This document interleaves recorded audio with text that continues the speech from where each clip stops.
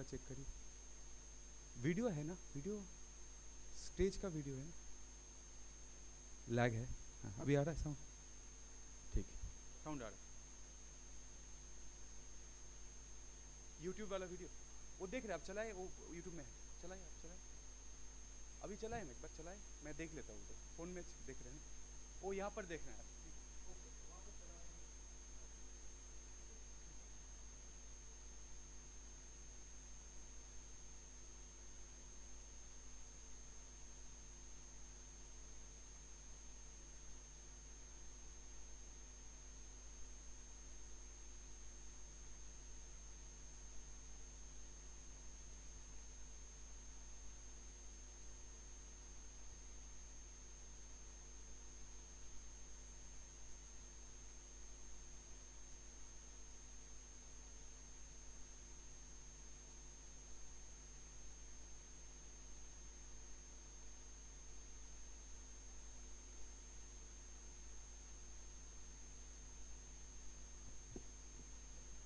So those who have joined online on our YouTube link, this is an announcement. We are going to start the screening of the documentary and then the subsequent panel discussion 10 minutes late. So around 5:25 we'll start. Please bear with us. There are some inadvertent reasons for which we had to delay the screening slightly.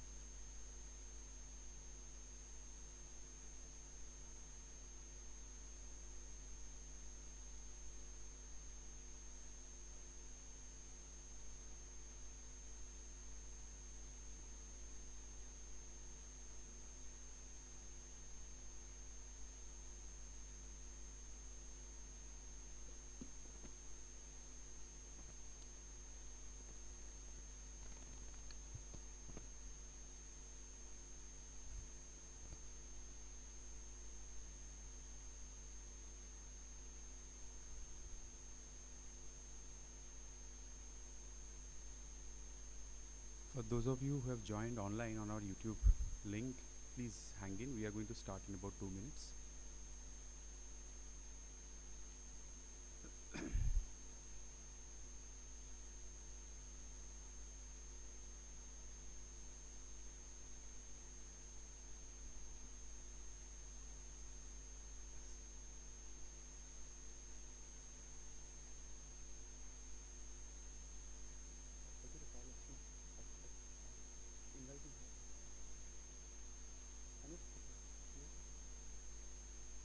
All four of you can sit, and then you can come up. Later you can come up. After the screen.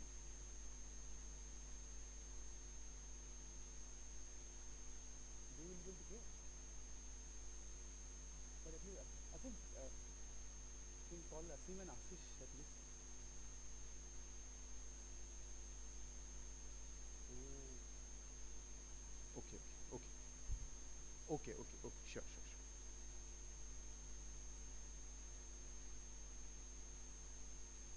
As we settle down, we can start.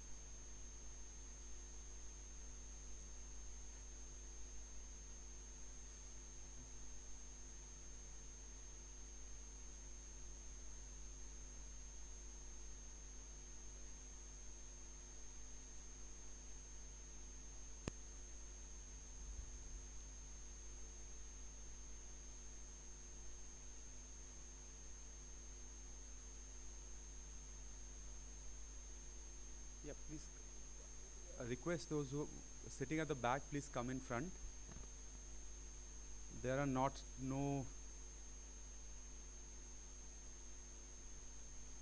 chains on the front seat that if you come and sit, you will not be able to leave. Sorry?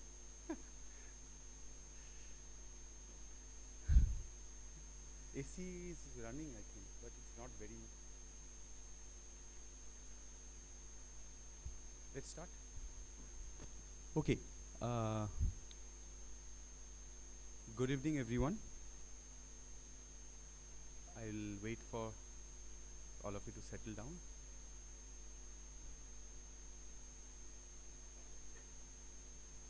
So, good evening, everyone, and a warm welcome to the School of Liberal Studies at the BML Munjal University. We are delighted to have you join us today for this engaging evening of thought-provoking discussions and reflection on some of the most pressing challenges of our time.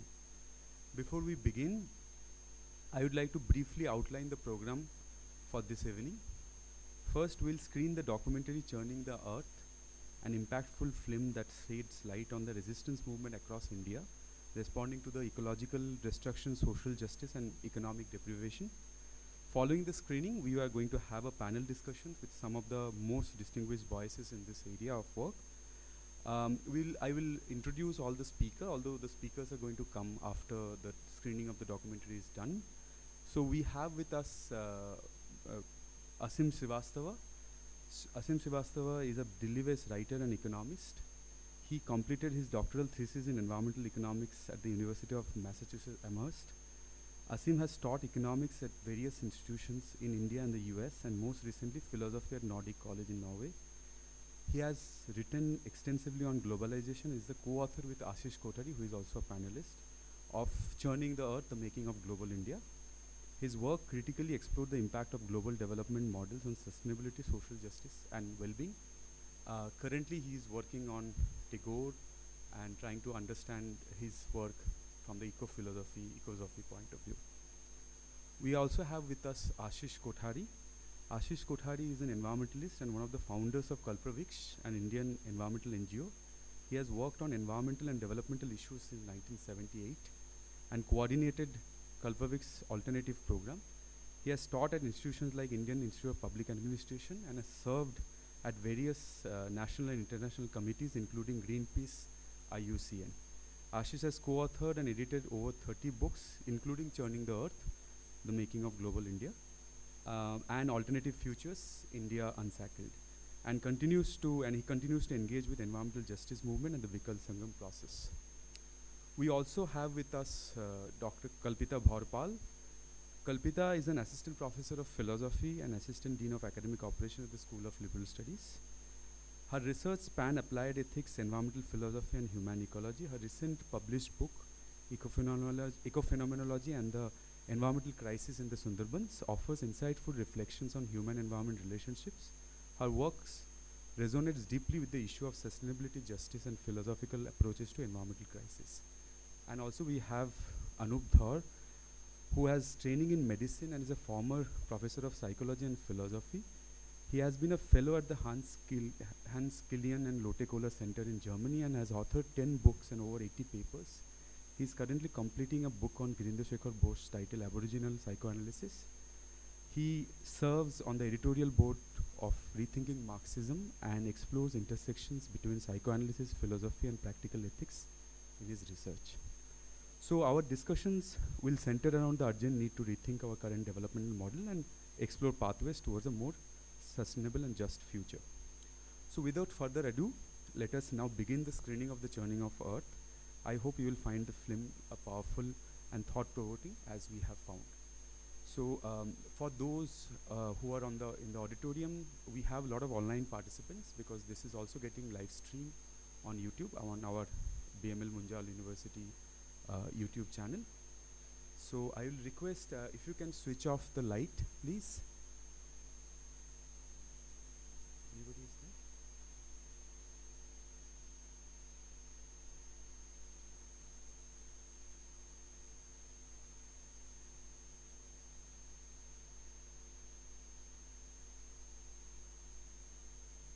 Switch off the light.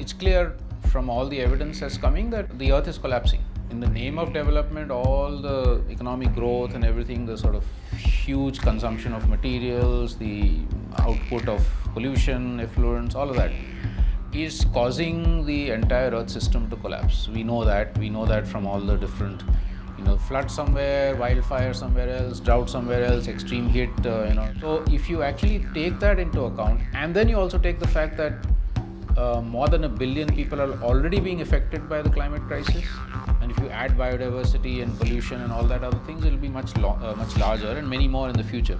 And what about what's happening to all the other species on Earth? I mean, we are actually causing the extinction of maybe millions of species. So what are we leaving for the future generations?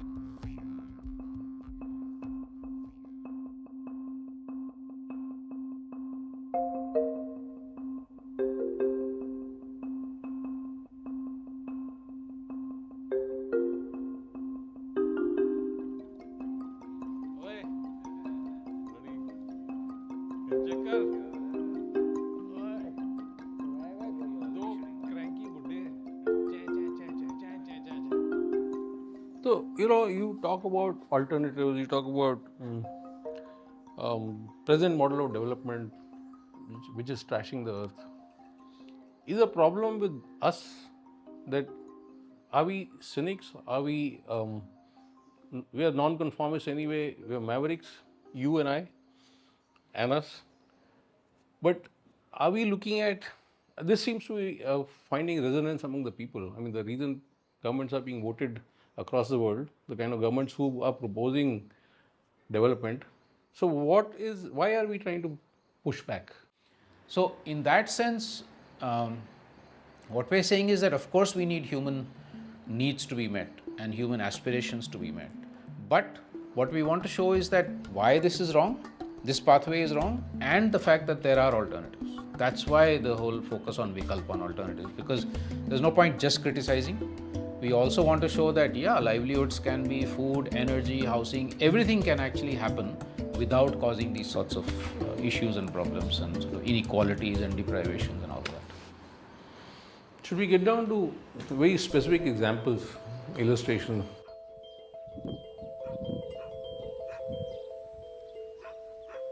Ladakh was first opened to tourism in 1974, and in that first year we had about 530 tourists visiting us, and today we get over 400,000 tourists, and that also in a short span of 4 to 5 months.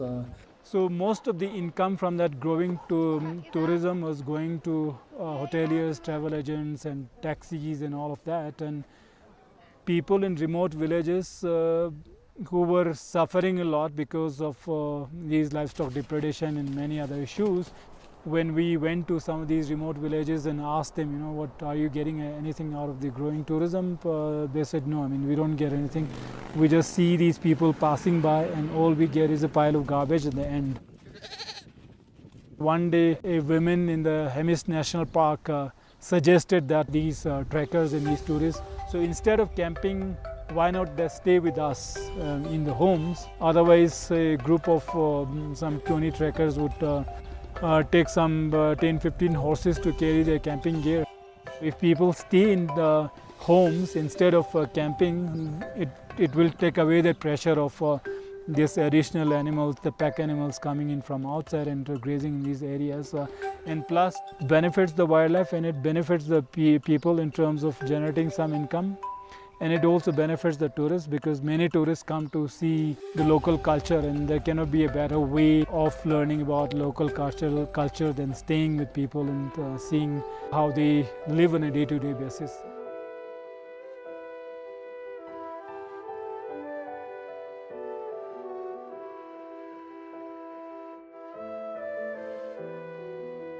गाँव में life बहुत अच्छा है जी। बाकी लोग को ये ज़्यादातर ये देखता है जी, जहाँ पे गाड़ी हो, जहाँ पे मार्केट हो, जहाँ पे ये हो, वो सब देखता है। ये गांव में नहीं देखता है। जैसे कि मार्केट में मिलेगा ऑर्गेनिक है बोलता है ना जी, है कि नहीं क्या पता है? हमें इधर मिलता है ना, बिल्कुल यहाँ से जड़ से निकालो, ये ऑर्गेनिक है, हम लोग को देखा है, हम लोग खाता है ये, इसी को पूरा यहाँ से निकलता है, हमें अच्छा लगता है। हम लोग अभी नहीं संभालेगा तो जब दूसरे जनरेशन में भी नहीं संभालेगा, फिर बिगड़ते जाएगा जी। फिर ये सब आप कुछ सालों में तो ये सब देखने को भी नहीं मिलेगा, पता तो क्या होना है ना जी, बस ऐसे बिगड़ जाएगा। I think Ladakh story is indicative of so many problems generally that we are facing with, say, large-scale farming. The mainstream dominant farming is talking about extraction. It is talking about how do you produce more and more with a very limited capacity of a land. And how you can have a very generalized way of farming which is not responding to the context or the ecology of the region. So what we're trying to show, what the Ladakhi groups are trying to show or elsewhere across the country, that with limited natural resources that we have, even limited rain, with our own seeds, with our own knowledge, we can actually have food security in our houses and still also surplus to sell in the market. No need for chemicals, no need for large scale irrigation, etc. Why create those problems when we can actually do with what we have? Community नहीं तो conservation नहीं है। जब तक community willing नहीं होगा, चाहे हम जैसा हो, डिपार्टमेंट्स हो या जो भी एनजीओस हो, कितनी भी मतलब ज़बरदस्ती लगा लो, कंजर्वेशन अल्टीमेटली कम्युनिटी की राज में। तो हमारा मेन कोशिश ये रहा है कि कम्युनिटी को इस कंजर्वेशन में किस तरह से इन्वॉल्व करें, वो थोड़ा सा कि अपना ये खेती से क्या क्या निकलता है, कैसे इसको संभालना है, कैसे खाना है, ये कितना अच्छा चीज़ है ना जी। अभी बच्चे लोग को ये देखता है, टीवी में थोड़ा फिल्म दिखाओ, ये नेट में फेसबुक में ये सब दिखाओ, वो सब थोड़ी देर के लिए अच्छा लगता है ना जी। तो बाहर एक दो आदमी आज घूमने के लिए आएगा तो उसको देखकर बहुत अच्छा लगता है, मैं भी घूमने के लिए जाएगा, मैं भी बाहर चला जाएगा, ये सब अच्छा है, ये है वो है सोचता है। मगर रियली हम लोग देखेगा तो यही सबसे अच्छा है। I think it is also maybe indicative of how certain knowledges are prioritized or given importance or have more power over the other. So a farmer living in Ladakh or living in Maharashtra is not considered knowledgeable, is not a scientist, so to say. But from a lot of these examples, we know that farmers are very scientific. They are experimenting all the time, and their experiment is their farmland. And so it's also about changing that notion about that knowledges are only produced in academic institutions or by people who are degree holders, but knowledges are also produced by practical experiences, by people living in the ground, people doing these practices, fisher folks and all of those guys. So it's also about celebrating the diversity and the idea that we all are knowledge holders and it should be respected. So where does this fit into your legendary flower? What petal? Would this be social justice, economic democracy, cultural, ecological wisdom? What is the value? We should actually draw the, should we draw? You want to draw the flower? Yeah. Or yeah, use one of those. Let's suppose this is political transformation, which is where people are kind of saying, we hold power where we are. Second sphere would be social justice. Yeah, so this one is really all the both traditional and new inequalities and sort of how to transform them. Caste is another very, very important one, of course, casteism. But also things like ability, disability, many, many multiple things. The third sphere is economic justice. So you can think of economic justice, economic self-governance, self-reliance, localization for basic needs. So all of that is part of this, and also bringing back in some sense the sort of economy of caring and the relations of caring and sharing. Economy unfortunately has become everything about money. Who has more money is more powerful. But it was always also about how do we share things. The fourth sphere is about culture and knowledge. We have such an incredible diversity of languages, 780 living languages in India. All of this is important. And the fifth sphere, which probably should be at the base, is ecological wisdom and resilience. Without sustaining the earth, we're not going to be alive anyway. And it's the intersections between them which are really crucial. But there are also values in between. So our connecting point is these values that connect all of these different very contextual examples together, because the dominant system is talking about extraction, development at all costs, whereas these examples are saying let's respect nature and its right.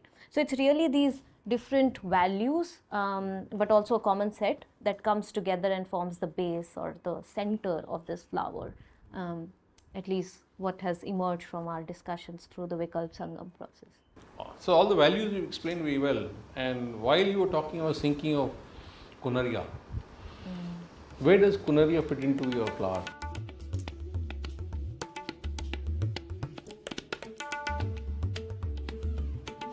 નમસ્કાર, મારું નામ ગરવા ભારતી છે અને હું કુનરિયા ગામની બાલિકા પંચાયતની સરપંચ છું. અગર કોઈ ગામને મોડેલ વિલેજ તરીકે જોવે છે તો રોડ, રસ્તા, લાઇટ, ગટરની વ્યવસ્થા છે તો ઈ ગામ છે ઈ મોડેલ વિલેજ છે. પરંતુ કુનરિયા ગામ બધા ગામથી થોડોક હટકે છે.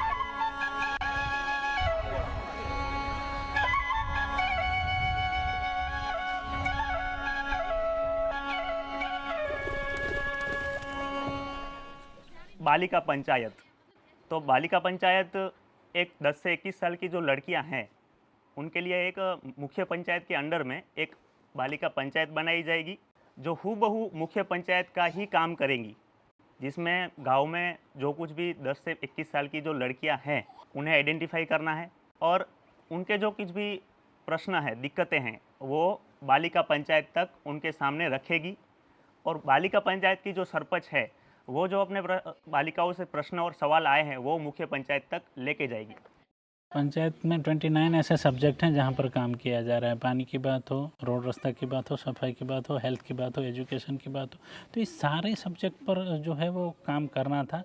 और इस दिशा में लोगों की साझेदारी भी ऐसे आए कि महिलाओं की साझेदारी आए, यूथ की साझेदारी आए, एल्डर्स की साझेदारी आए, एक्सपीरियंस पर्सन की भी साझेदारी आए और बच्चों की भी साझेदारी आए. तो हेल्थ, एजुकेशन, एम्प्लॉयमेंट हुआ, एनवायरनमेंट हुआ, ये सारे सब्जेक्ट जो हैं एक दूसरे से इंटरकनेक्टेड हैं और सब में काम करना इतना ही महत्वपूर्ण था. तो सब कामों को जोड़कर जो है लोगों को साथ लेकर पीपल्स पार्टिसिपेशन के साथ काम हुआ तो हम अच्छा रिजल्ट दे पाए.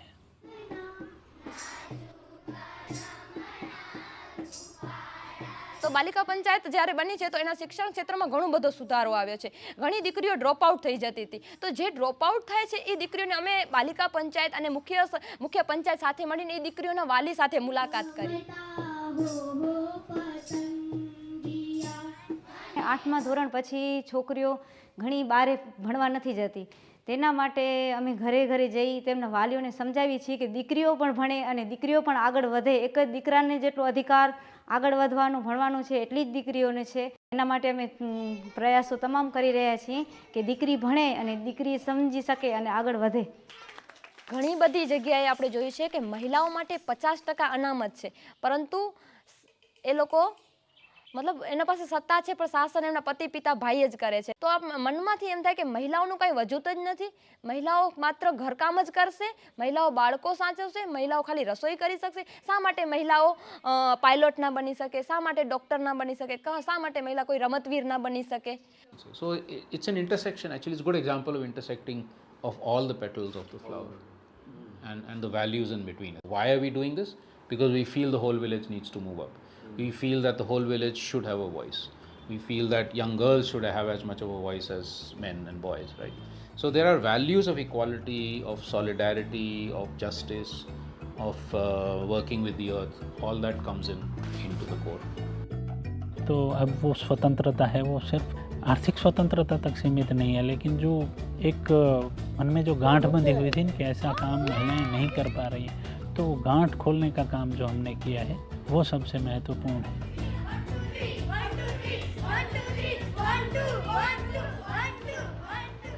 However, I mean, all the alternatives are fine. The movement seems very inspiring. Everything at the local level seems inspiring. But I'm just sharing my own personal experience.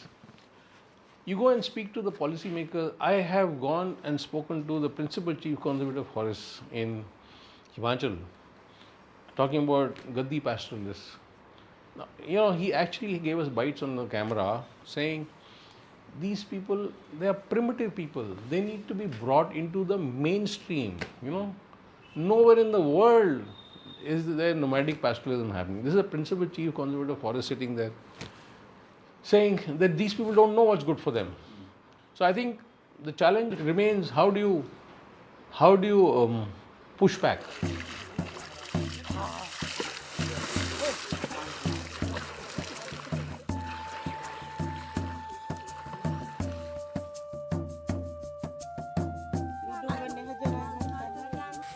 जिला में तो ज़्यादा करके आदिवासी समुदाय है. इसमें गोंडी है, हमारे आदिवासी कंवर समुदाय है. भामरागढ़ अहेरी साइड में गए तो माड़िया वगैरह भी है. सारी समाज के हैं, लेकिन यहाँ आदिवासी बहुल क्षेत्र ज़्यादा है. पूरा यानी ज़्यादा संख्या आदिवासी लोगों का है.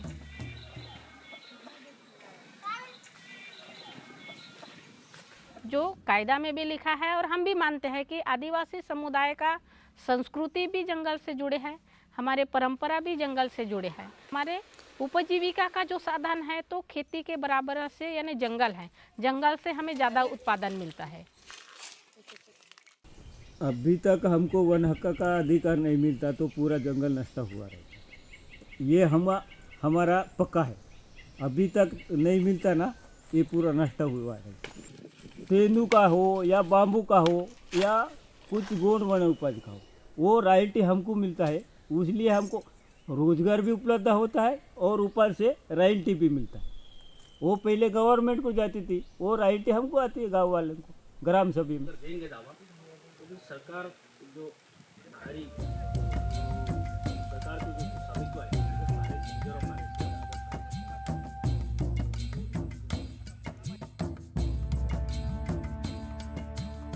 हमारे पास कायदे नहीं थे, हमारे पास दस्तावेज नहीं थे. तब हमको ऐसा लगता था ये जंगल हमारा नहीं, कैसे भी करेंगे, लेकिन किसका जाएगा? फॉरेस्ट डिपार्टमेंट का जाएगा, हमारा क्या जाएगा? गांव के को भी विकास वाले जो काम हैं, हमारे जात पंचायत की व्यवस्था है, जो बाहर से आ रहे हैं आकर्षित करने वाले चीज़ है, उसको कैसे हम दुर्लक्ष्य करना चाहिए. जो हमारे परंपरा में है, हमारे नियम में है, उसको कैसे टिका कर रखना है. तो इसका हम अभ्यास भी करते हैं, पढ़ते भी हैं, चर्चा भी करते हैं और कुछ करके देखते हैं.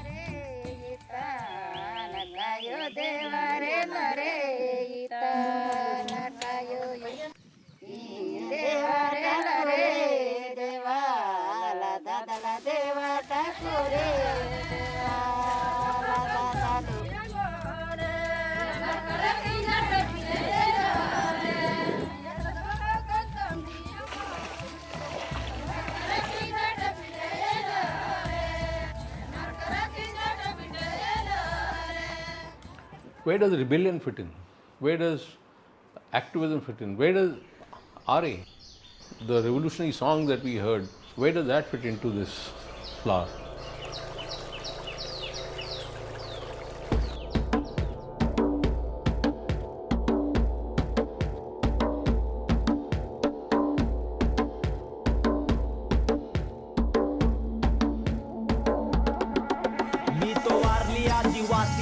पद्धती आहेत ऐतिहासिक या रणाचा मूळ निवासी जीव आणतो पडसर मातीत प्राण हिरवा माझा देव आहे वागोबा प्रगती तुमच्या बाद आमच्या जंगलात न मागोबा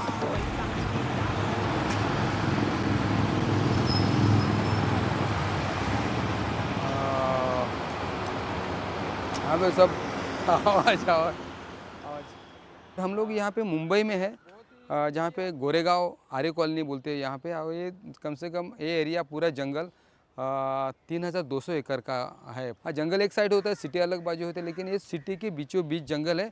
यहाँ पे जंगल बचने का एक सबसे बड़ा कारण है कि यहाँ पे आदिवासी लोग रहते हैं और जहाँ पर आदिवासी लोग रहते हैं ना वो आसपास जंगल रखते ही है, उनको वो बचाते ही, फाइट ही करते हैं, क्योंकि जंगल के बगैर वो नहीं रह सकते।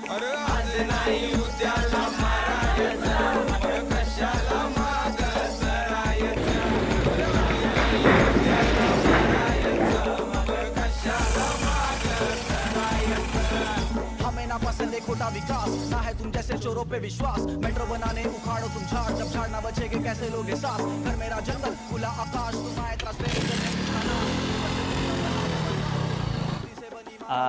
मैं ऐसा लिखा हूँ, पूरा वर्ड्स आप जब सुनोगे वार्ली रिवॉल्ट का, उसमें I have become Prakash word and he is rapping through me and the trees are rapping through me, the birds are rebelling. So वैसा सोच के मैं लिखा। I kept myself aside. You see everywhere in India it's happening, they are taking forest land, आदिवासियों की जगह लेके उनके कल्चर को डिस्ट्रॉय करके कुछ वैल्यू नहीं देके, और वो एक आउट से एक पुकार है लोगों को, और वो एक रेसिस्ट करने के लिए एक दीवार है, कि मना करने के लिए कि हाँ यहाँ पे नहीं हो सकता ये चीज़। और आदिवासी कहते हुए मुझे बहुत अभिमान होता है कि आदिवासी मतलब आदि से रहने वाले मूल निवासी यहाँ के, और उनकी एक सभ्यता है, उनके कल्चर है। ये वारली पेंटिंग खाली वारली पेंटिंग नहीं है, उसको वो हमें बहुत सारी एक पहचान देता है। जहाँ जिस घर में वारली पेंटिंग दिखेगी वो ऑटोमेटिकली लोग समझ जाते हैं हाँ ये लोग आदिवासी लोग हैं। तो अब एक चैलेंज ये है कि ये कैसे बचाया जाए। नहीं डर लगता है, क्योंकि हम लोग सच्चाई से हम लोग झगड़ रहे हैं ना, हमारे हक के लिए, हमारे अधिकार के लिए, तो हम क्यों डरे। There is no half way thing कि अभी इसको छोड़ दिया, एक गाना बनाया छोड़ दिया, अभी घर पे जाके सो जाओ, ऐसा नहीं है। कि मुद्दा तो चल ही रहा है ना। And I know they are stronger, but जब भी मैं सोता हूँ मैं एकदम खुशी और शांति से सोता हूँ, मैं ऐसे दिमाग में करप्शन के साथ नहीं सोता हूँ।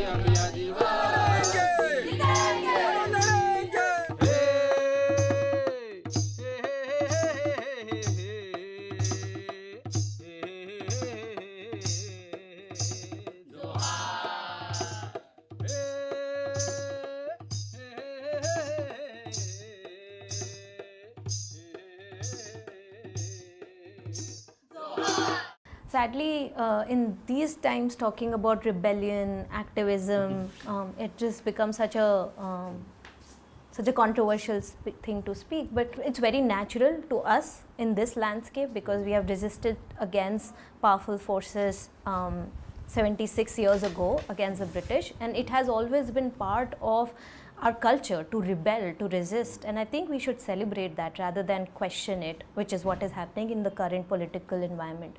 And it gives us hope because until and unless we stand up for ourselves and for our fellow beings and for the rest of nature, and I think it's indicative of what makes us humans, that despite so much pressure of being very different, that movement shows that we don't want this development. Actually, we don't want metro coming to our places. We want to retain, even in this city, we want to retain this forest. So it's very indicative that it's not that you take development and people will like really accept it. People are resisting against it. So I think these movements are a powerful indication of that transformation and of that worldview.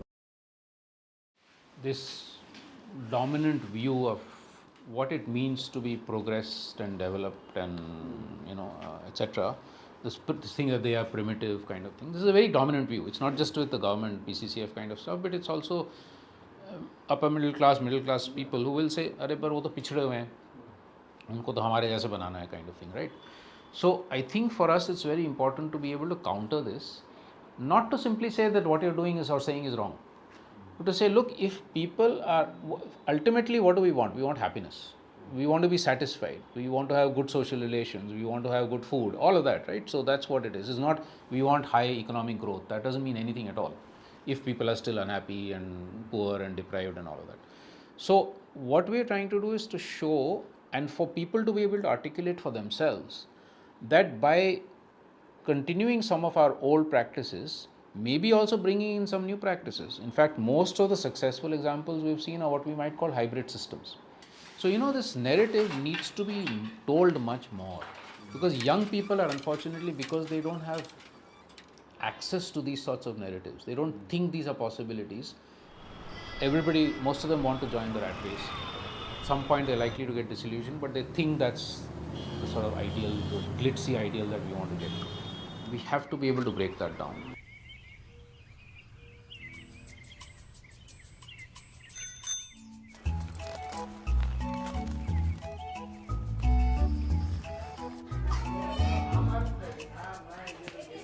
When I say Marudam, the word itself means an ecosystem. The whole point where Marudam started was we want to really explore the joy of learning, and we wanted to do it like a community school where primarily there is a farming community which has lived here for generations.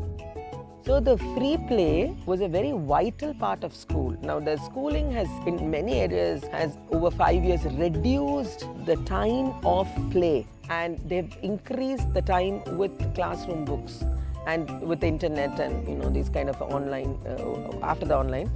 Now that is very vital for children. If you were to talk about the last 5 years, I would say COVID was a very important aspect for everybody, for the whole world, for us also. Except that for us it was a point of, what should we say, rebirth. And always as an education place, we had this thing of, experiential learning, a connection to local ecosystems and cultures and so on and so forth. So we could lay greater emphasis on that. So we went out more into the field, distribute ourselves and do a lot of experiential learning projects. So for example, we did something called the Stream Project. Every Wednesday, about I think 2 classes, we went out and we would join some stream and either walk upstream or downstream, and either go to the source of the stream, which will be the hill, or go downstream to the place where it joins a water body. This way we mapped, I think we did it for the whole year, and we mapped all the streams and we understood the whole, the watershed of this entire locality. I mean, such a rich source of learning, it was phenomenal. So earlier, time in nature meant time in nature. You would go spend time in nature. Of course, you'd observe things and all that. But now it's time in nature with a purpose. And so this whole bonding to a re-emerging forest has gotten stronger. The last time you came, we have created a climate change curriculum. We are still working on it. It's for an older age group. So we are engaging with the whole aspect of climate change. But we are also doing something on the ground, so can you have an eye to the globe but act locally? Then there's a thing globally, act locally. So we are a classic model of that.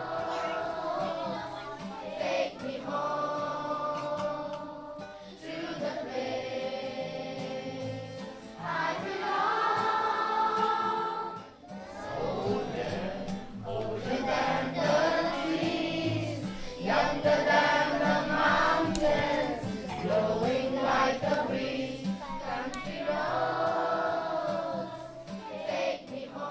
No, I see lots of people understanding this. There are always visitors saying we are disenchanted with the system, and some way or the other we are looking for meaning. And particularly ones who have gone through this grind of mainstream, schooling and all that, they don't want their children to have this. Like, they said, we suffered, we don't want this for our children. So that way, I mean, there is hope.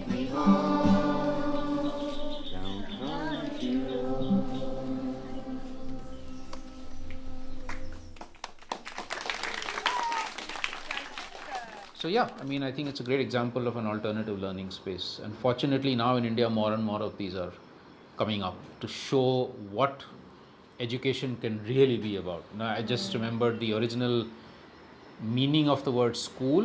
The word comes from the Greek skole, which meant learning with leisure, which is the opposite of 90% of India's schools. Learning by rote.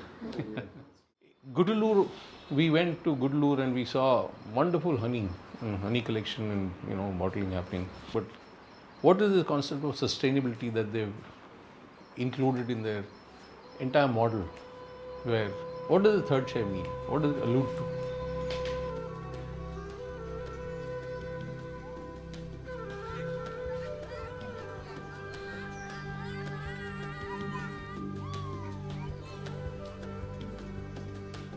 കാട്ടിനായ്ക്കെന്നു പറഞ്ഞാൽ കാട്ടിൽ ജീവിച്ച മനുഷ്യനാണ്. അവനക്കും കാടായിട്ട് ഭയങ്കര ബന്ധമുണ്ട്. കാട് അവൻ്റെ തന്നെ. കാട് വന്ന് നമുക്ക് സ്വന്തം കാട് മാതിരിയാണ്. നമ്മുടെ ആൾക്കാർ കാട്ടിനേക്കാർ കാട്ടിനുള്ളിൽ പോയിട്ട് ഈ ആന പുലിൻ്റെ ശല്യത്തിലൊക്കെ തേന് കൊണ്ടുവരുന്നത് ഭയങ്കര റിസ്കല്ലേ. അപ്പോൾ അതൊക്കെ അങ്ങനെ ഓരോ വർഷത്തെ അങ്ങനെ റിസ്ക്കും കൂടി പോകുന്നുണ്ട്. ഫോറസ്റ്റുകാരൻ്റെ അവരുടെ ശല്യം, ആ റിസ്കിനുള്ള വില പൈസ കടയിൽ പുറത്തെ ആൾക്കാരുടെ അടുത്ത് കൊണ്ടുപോയി കൊടുക്കുമ്പോൾ അത് കിട്ടില്ല. ഈ സൊസൈറ്റി വന്ന ശേഷം സൊസൈറ്റി വന്നതുകൊണ്ടാണ് എല്ലാവർക്കും ഒരു നല്ലൊരു ഇതിൽ. Almost 1.5 to 2 years now that we've started the third share concept, that the first share goes to the nature or to the forest. The second share goes to the tribals themselves. Like let it be pepper or honey or coffee, they keep a small share for themselves. And the third share is what they're willing to give outside, so that the consumers can take and enjoy. And throughout the year, the kind of response we are getting from the consumer, who are just reading the backside of the product and understanding the story, and they're coming back and they want to know more. So yeah, that's been the journey of the third share so far.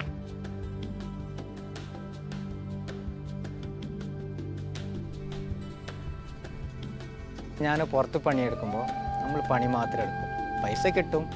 ആ പൈസ പുറത്ത് പോയി city side പണിയെടുക്കുകയാണെങ്കിൽ പൈസ കിട്ടും. അതേപോലെ അതിനുള്ള ചിലവും കൂടുതൽ പൈസ കിട്ടിയാൽ കൂടുതൽ ചിലവും നടക്കും.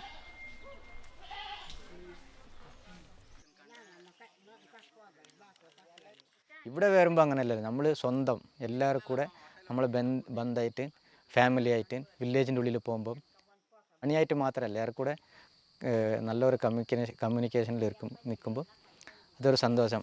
കളക്ഷൻ പണിയെടുക്കും, പിന്നെ കോഫി, പെപ്പർ, ഹണി ഈ 3 കളക്ട് ചെയ്യും. ഇനി തേന്, കോഫി എടുക്കുന്നുണ്ട്. അത് സീസണിൽ മാത്രമല്ല കിട്ടുന്നത്. പിന്നെ അങ്ങനെ വർഷം ഫുള്ളായിട്ട് എടുക്കാനുള്ള ഏതെങ്കിലും സാധനം ഉള്ളിൽ എടുക്കാൻ ചാൻസ് ഉണ്ടോ? സാധനം ഉണ്ട്, എടുക്കാനും പെർമിഷൻ ഇല്ലല്ലോ. പിന്നെ അതും കിട്ടണം. പിന്നെ അതേമാതിരി ആ സാധനം കൊണ്ടുവന്നിട്ട് പുറത്ത് സെയിൽ ചെയ്യാനുള്ള അത് ഐഡിയ. അപ്പോൾ നമ്മുടെ ട്രൈബൽസ് എങ്ങനെ ഡെവലപ്പ് ചെയ്യാൻ അതിൻ്റെ ചാൻസ് ഉണ്ട്, അതിനുള്ള ഇതും കിട്ടുന്നുണ്ട്.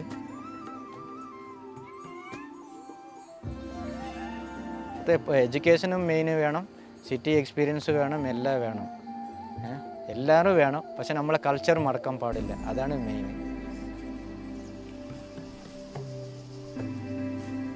So when I actually order third share coffee, I am that third part, and I am conscious of the fact, and they also brand it, they sort of put the text in their products. I am conscious of the fact that I am actually contributing to the sustainability, the upkeep, the benefit of both nature, the rest of nature, and the local Adivasis. And we're trying to do something similar, by the way. There's sorry, I keep disappearing. So this honey just got it a few days back, is from close to Pune, Bhima Shankar Wildlife Sanctuary, where Kalpavriksha is actually working in 6 villages. And they have, over the last few years, worked out how to harvest honey in a non-violent, sustainable way, so that the hive, this is rock bees, Apis cerana, I think. So the idea is, I mean, nature is being sustained. People have a stake in protecting the forest because they're getting not just honey, but multiple different things out of it. And they're being able to consume themselves, but also sell some in the market. So they don't need big industries and all that kind of stuff which the government is promising. They're saying, no, we're happy with what we have, and we're also linking to the modern market, but we're also sustaining ourselves and our forests. मुझे सब दिख गया, कुनरिया दिख गया, लद्दाख दिख गया. Now, हमारा, where does Nagaland fit in here? Where does Chizami fit in here? Where does Northeast Network in this flower?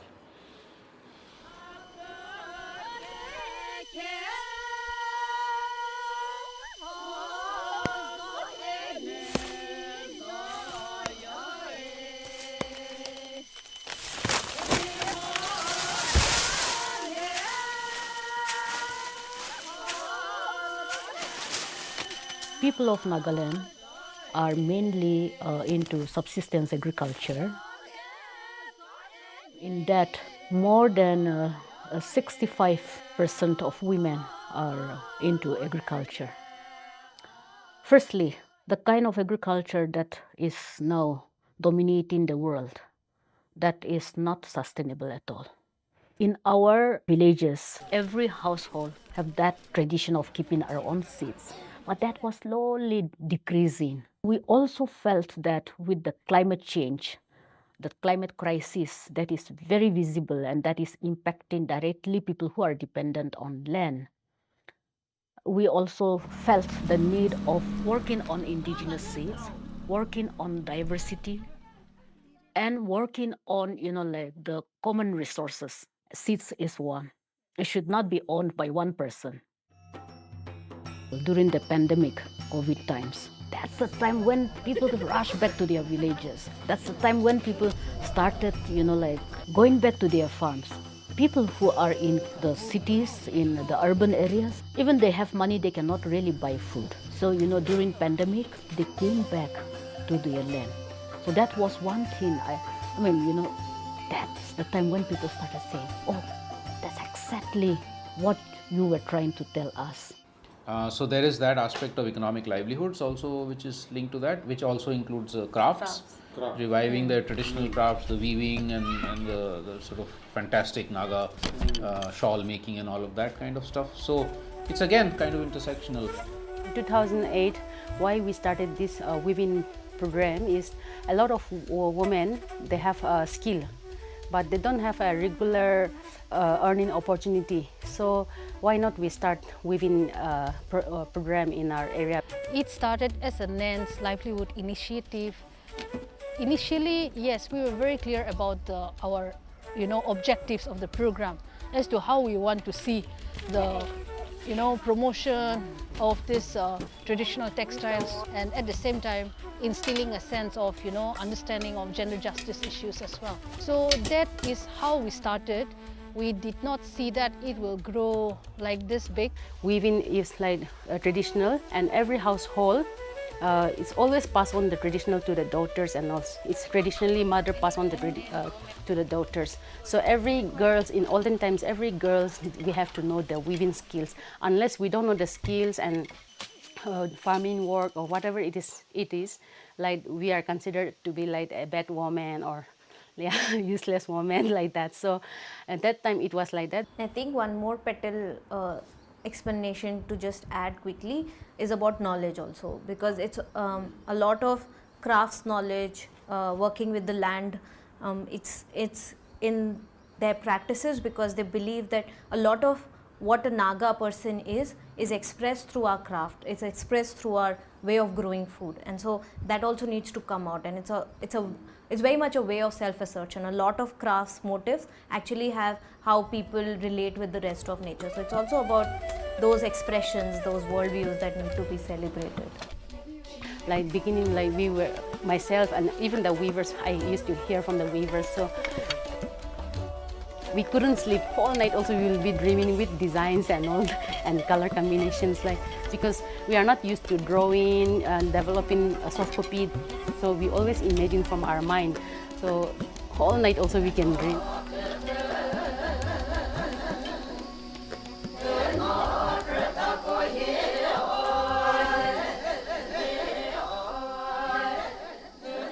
I also care very much about justice, care very much about equity issues, and that is why that has really driven me, till date to work with our community of women. But this should not end there. We do hope that there will be many more such, models being replicated in other parts of the state and elsewhere. And for us, actually, it's also very important to realize that India cannot do this alone. These transformations that we need have to be global because we are in a globalized world. And so one of the things that's initiated because of Vikalp Sangam here is a global platform called the Global Tapestry of Alternatives, where we're similar to Vikalp Sangam here. There's Crianza Mutua in Mexico and Colombia. There's Masa in Southeast Asia. There's multiple other commons movements, all kinds of movements across the world, trying to bring them together on a common platform, again to learn from each other and then create a critical mass for the global macro changes that are also necessary. ये बताओ, why are we doing these films? Why are we doing this series of films for the last few years? What is the rationale? What difference does it make to whom? So one is that we want these stories of people on the ground to come out and they get out. People know about these stories because mainstream media is not showing this. There's no other way that these stories come out. These stories of inspiration, hope, of doing things differently. So one idea and objective is to talk about these stories and to also tell that it is not just that things have gone wrong, but there are many examples where things have gone right and people are doing it in different ways, and there will be interesting lessons that we all can learn from. सिर्फ कुमदरिया तक सीमित रहा। आप जानते हैं आसपास के गांव में भी उसकी जो है वो महक है पहुंचने लगी है। आसपास के गांव में भी लोग अब महिलाओं को इस रूप में आदर दे रहे हैं या देख रहे हैं कि अब महिलाएं जाकर अपना व्यवसाय कर सकती हैं, महिलाएं बाहर जा सकती हैं। The small work, little work that we do in different parts of the world, creating alternative spaces, which is challenging the dominant forces, control of mass production. That's the hope. I mean, these things always will be a counter-current. I think the voice of reason and sense and wisdom has never prevailed, has never existed in the world on mass scale, There'll be a counter voice, and that voice being there is important. And someday it may catch fire and more people may take on. And then at some point also think about, okay, what are our visions? Let's dream also, because dreaming is something that has completely gone out of our present living. So also to sit together and dream of what better worlds do we want, what better societies do we want, how do we create institutions and spaces in different ways.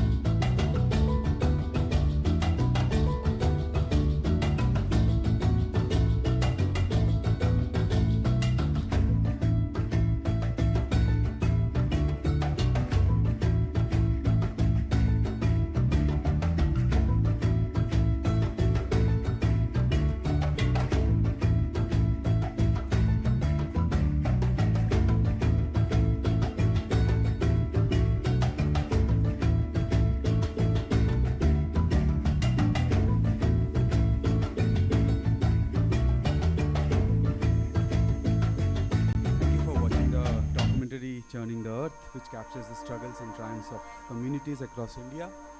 We now move into our panel discussions, where our experts will dive deeper into the critical questions posed by the film.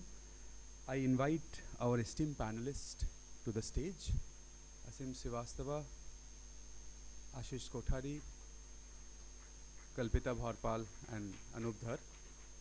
And then I'd like to hand over to the panel for an engaging discussion. And once the discussion is over, we will take questions. We really encourage students to ask questions.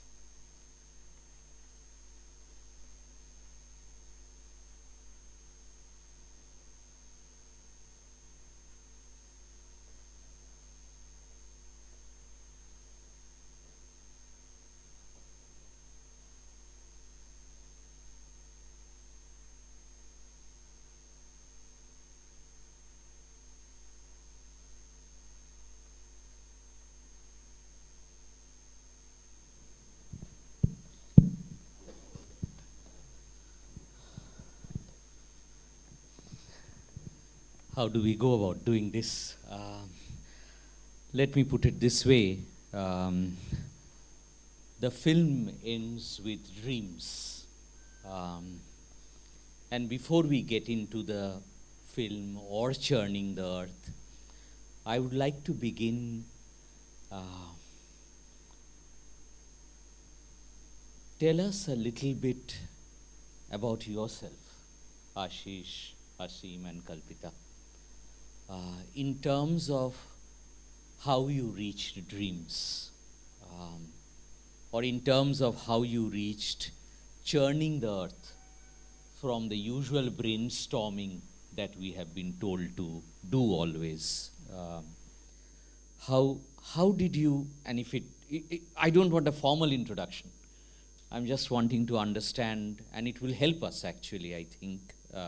I'm assuming it will help us to see where a person, a self is coming from. How does a person or a self reach dreams or reaches churning the earth? So, Ashish, if I may begin with you, Aseem, Kalpita.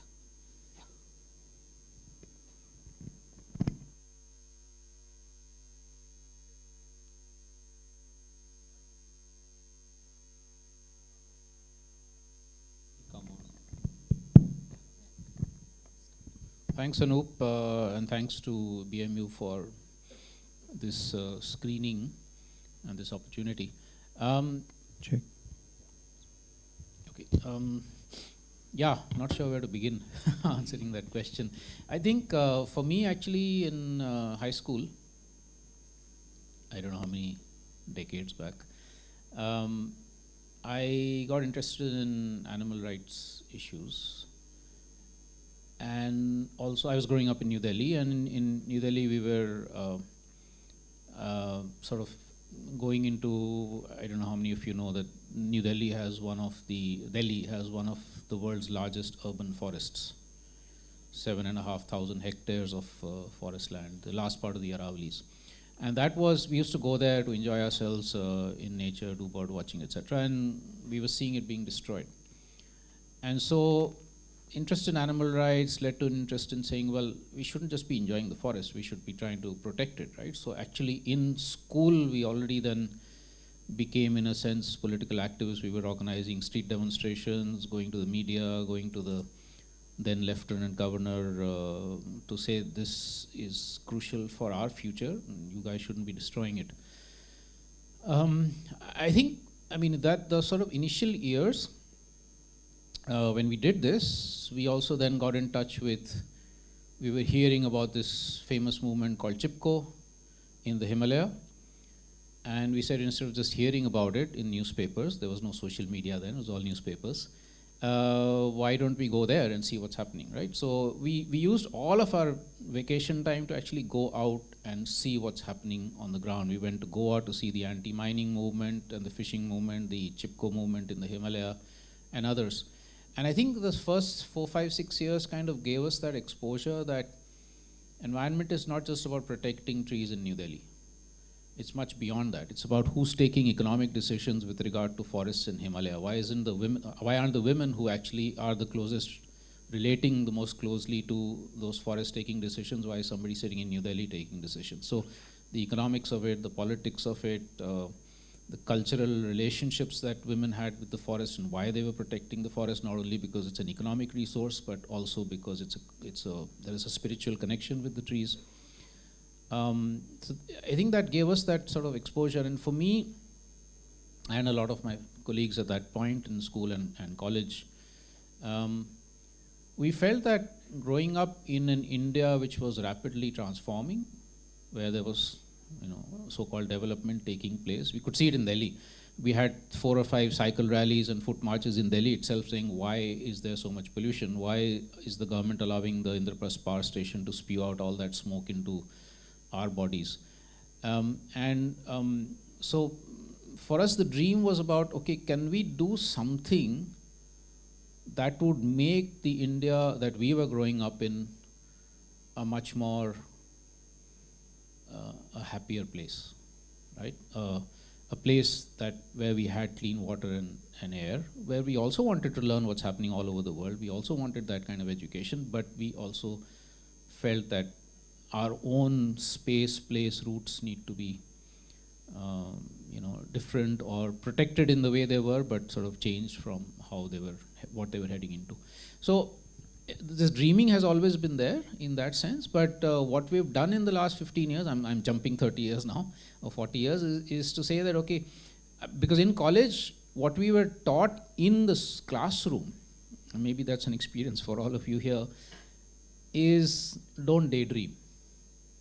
Get to doing your classwork or homework or prepare for your exams and all of that. This is happening to us also, and I was kind of rebelling against that, but why not?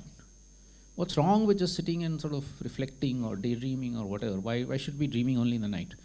The last 15 years, we've sort of tried to make that a more collective process. Can we do it collectively?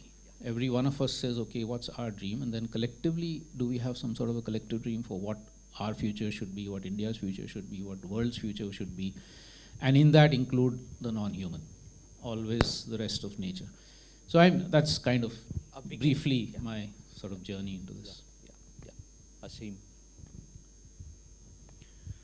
Good evening, everyone. Ashish and I were in college together in Hindu College and University of Delhi in the early 1980s. And I was never a member of Kalpavriksha, but I would always keep abreast of what Kalpavriksha was doing, whether it was bird watching or taking petitions to the Environment Ministry and so on. And I was more involved with political activism of other kinds in those days, and I didn't actually take the question of the environment seriously till something happened. And what happened was something quite extreme. In December of 1984, when I was in my MA final doing economics at Delhi School of Economics, some of you might have read or be aware, there was a major gas disaster, the leak that took place in Bhopal. And some 3,000 lives were taken almost immediately, and thousands more over the next so many decades. That really shook us up. And coming as it did on the heels of one of the worst months in the history of this country, which was November 1984, just after Mrs. Gandhi was assassinated, there were these huge riots in Delhi, which were organized by the Congress party. And I was witness to those riots. So it was just as George Orwell had predicted in 1984, the novel written in 1948, the dystopia that he was talking about of a totalitarian society in which everybody would be nodding their heads while governments ride roughshod over the freedom of citizens had come to pass. And no longer was it theory, and I think within that month I became a man from being a boy, literally. Lost all that sense of innocence. And when Bhopal happened, I was studying economics at Delhi School of Economics, and there was not a single subject, either in our undergraduate years or in our master's studies at the best institutions for economics in the country, which was actually addressing the question of environmental economics. You're studying about, resources. You're not studying nature. You've converted nature into natural resources. Science has already converted nature into matter, and social science has converted nature into natural resources. And is that all that you see? All these questions started hitting me and many of us. And then subsequent to that, I went to the United States to do my doctorate, and I studied at Massachusetts, and I did my doctorate in environmental economics, looking at forest management in the Western Himalayas, in Uttarakhand, in Kumaon, during the British period. So I studied about 150 years of history of forest management, and looked at archival material through which I understood how control of forests was taken over by the state from communities which were actually handling the forests beautifully. The arrangements for forest management in the mountains as well as in other parts of the country, the Nilgiris, Vindhyas and so on, they were very good. But the state was more interested in using forests for industrialization, for building railway sleepers, furniture, all sorts of things. And so they take control of the forests in the name of environmental protection, ironically, and they ruin the forests. And ultimately, they had to restore control to communities when village panchayats, one panchayats were brought in the 1930s. So the wheel came full circle. So what I realized through my thesis research as well as from the evidence was that actually communities which are living close to nature and are integrated with the lives of trees and animals and so on, they will do a much better job of protecting them than people like us who live far away from them or governments who represent our interests. So that was major learning. And then gradually, I sort of focused more and more on that, and ultimately I returned to India after teaching for many years abroad in 2007, and I met Ashish again after decades, and we met at a conference in Bhubaneswar in Odisha. And I just said, and this was a conference on deforestation, and I just said to Ashish very spontaneously that an economist and an environmentalist rarely talk to each other. Would you like to do a book together? And that's how we wrote that book, which whose picture is on your screen, and that was published in 2012. So that's the sort of short story of how I came to see things this way. Kalpita. So I have grew up in a small town in West Bengal and just beside river Ganga. So when during my school and college days, pollution, environmental pollution, river pollution became a big issue, and plastic, uses of plastic and all these things. So most of my evening I used to spend in Ganga ghats with friends, and something bothered me, which is very simple. Why people can't follow simple instruction, which can solve lot of problem, which lot of people are talking about pollution. So that became the departure point for me to think about collective action failure in context of environment, and that question remained throughout in my journey, and starting from doing awareness camp to thinking about more than human community to think about education, all this different endeavor, my question remained very simple actually. The collective action failure when it comes to question of environment. And even after, when I started my research also, I went back to again Delta region, Sundarban, and always river has been a very, I have a very strong association with river. I don't know why, because of my childhood experience and stuff like that perhaps. So even in Sundarban also I have seen that things can change, but there are collective action failure there as well, policy level failure as well. So yeah, the dream is perhaps how can people act together. So Beautiful, actually. See, there is a prehistory to where we are, all of us, and it's actually beautiful, endearing to hear that, to witness that prehistory. Let's stick to dreams then today in this discussion. Of the many important angles the film takes up, one thing stayed with me for very long, including the book. And the line goes like this: pastless futures are nightmares. If we are going to create a future that has no connection with the past, we usually end up birthing nightmares. And in a way, I'm saying this with some trepidation, in a way, the large left experiments turned into nightmares, perhaps because they were pastless, cultureless, sometimes not rooted.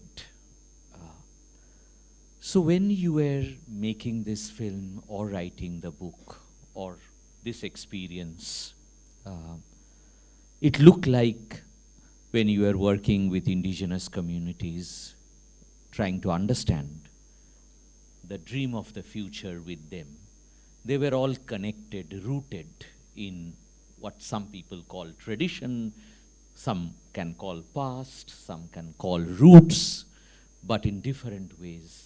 I felt, and in a way, churning the earth is also to go back to roots somewhere. So, again, maybe reverse the order. It's okay? No, you want them to go first? Okay, please. I mean, I think you've hit upon probably the most important message of our book. This was my discovery also through the course of my years as a student and a teacher. Karl Marx is famous for saying the revolution must draw its poetry from the future.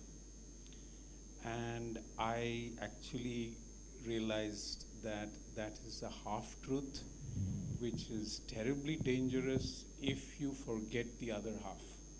And the other half is that the past deserves its place, which is what you're saying. The revolution must draw as much of its poetry from the past. And some of the greatest poetry in the history of the world, going back to the ancient Indus Valley, Vedic civilization, the Buddhist cultures of this country, coming to Europe, the Greeks, the Romans, Ovid, Metamorphoses, later on Shakespeare, etc. I mean, all of this, what does it amount to, if not truth? I mean, if there is no truth in that poetry, I'd like to know what poetry is. So to have the arrogance to reject all that and say that has nothing to do with how we live today and how we wish to live in the future is modern hubris. And I am not a fan of the idea of progress. I believe that life is cyclical. I believe that truth is spherical. My favorite definition of God is that God is a sphere whose surface is everywhere and whose center is everywhere and whose surface is nowhere. That's the very nature of truth. So I think that in that I stood corrected by the time I was about 24, 25, maybe your age, maybe slightly older. I realized that there's something wrong in the way we understand time in the modern world. As though everything that happened till yesterday is irrelevant. Don't look at the rear view mirror. That's our only understanding of the past, what is immediately visible in the rear view mirror. But to actually understand the past on its own terms requires imagination, requires you to exercise your best intelligence and wisdom. It's much easier to say everything that came before us is rotten. We need to start afresh on a brand new slate. and we know what has happened to revolutions as they've eaten their children one after the other. So that's something one has to be very skeptical of. And for that matter, the very idea of revolution is actually from physics, from Copernicus, right? The idea of coming full circle, in the case of Copernicus, an ellipse, I suppose. So even the origin of that metaphor is actually cyclical and not a linear idea. So the way I understand the past is, as some philosopher once said, those who forget the past are condemned to repeat it. And I think that that's the understanding that I take. And in that sort of a cosmology, tribal cultures or Adivasi cultures or so-called indigenous cultures are as abreast, if not ahead of us, in 100 ways. And there's a lot of unlearning which we highly educated people have to do in order to understand the complexity of their cosmology and how they relate to the tree. How many countries have you been to where trees are worshipped in the way that they're worshipped in this land? You know, people tie rakhis on trees. You know, you find trees on this campus where you will see an idol kept at the base of the tree. I didn't see one in Europe or North America. So that's something to value, that's something to treasure, and that's the cosmology of the future. I'll just say that much right now. Yeah, I think maybe two anecdotes, well, not anecdotes, two sort of things to recount here. One is, like some of the sayings that Aseem has just mentioned, I remember reading this Native American, Native Turtle Island indigenous person. I'm sorry for those of you who may not know it. Turtle Island is the original name of what is today called North America. Where he said, if I want my arrow to go far, I need to draw my bow much further back. So in that sense, he was kind of answering this thing that, you know, the future without the past is no future. But also that it's cyclical in many different ways. And the second is that for me, the past is not just the human past. It's also our entire evolution of X million or billion years, right? A year back, I had this, sort of physical / spiritual and experience. I was taking a photograph of a young monkey in Kerala, and the monkey was looking at me, I was looking at it, and the mother was sitting right next to it, and I just instinctively kind of reached out my finger, right? A colleague of mine who was there said, careful, because monkeys, especially the mother there, can be actually quite aggressive. But I don't know, I just felt safe and I reached out, and this baby monkey bent down and smelt my finger and then reached out its finger and touched mine. It was like a split second. For me, that split second was, I wrote a piece on that called Eternity in a Second. It was like this whole thing of everything that's come that I have been built on, which is not just human, but also all of the rest of nature, without which I wouldn't exist. None of us would exist, right? And so for me, that becomes very important. I just want to add one caveat here, because it's very important for us to understand that the past can also be co-opted and captured, as the current regimes are doing, right? To say everything that was ever invented was invented in India. We had the computer 5,000 years back, blah, blah, blah. We had airlines, etc. And that there's nothing beyond Hinduism. And I want to be very careful here that when we're talking about the importance of understanding, realizing, recognizing, building on the past, we must also recognize that actually the communities that are doing it, Adivasi, like for instance the Gadchiroli community, which is in the film, the women there are saying, yes, we want to retain our cultures and our roots and our past, but we also want to challenge the fact that decision making in our villages right from the beginning has been only by men. We want to change that. So there are transformations also constantly. The past is not stuck in one place. There are transformations. We often think of Adivasis as stuck somewhere. But no, there are transformations taking place. And this is why I think somewhere in the film I talk about also hybrid systems. And so respecting, recognizing, celebrating the past, but also understanding that there are problems also within it which people themselves want to change. Not like Maya going and saying, oh, you people are gender insensitive kind of thing, but from within themselves there is this sense coming out. So I think it's an interrogated but respected past, which leads us into a future, but also, as you know, as Aseem said, also the cycles of that. So, when we talk about churning the earth, we are thinking of a future perhaps which is more than human future. It's a planetary future we are thinking of, or we are trying to imagining, dreaming the planetary future. And here I think the past or history, we need to think about also what is the time scale we are thinking. So if it's a planetary future, we need to think of planetary past as well. So we need to think of deep time. And I would say that to whatever the attempt we are making to dreaming, somehow there is a limitation of anthropocentric dreaming. So what would be the step towards thinking or imagining planetary future in terms of beyond human time frame? Because it's very tiny if you think from deep time perspective. It's a fraction of second basically. So yeah, so can we really see the time scale in that frame? I think that would be a paradigm shift in our thinking if we try to make it. Yeah.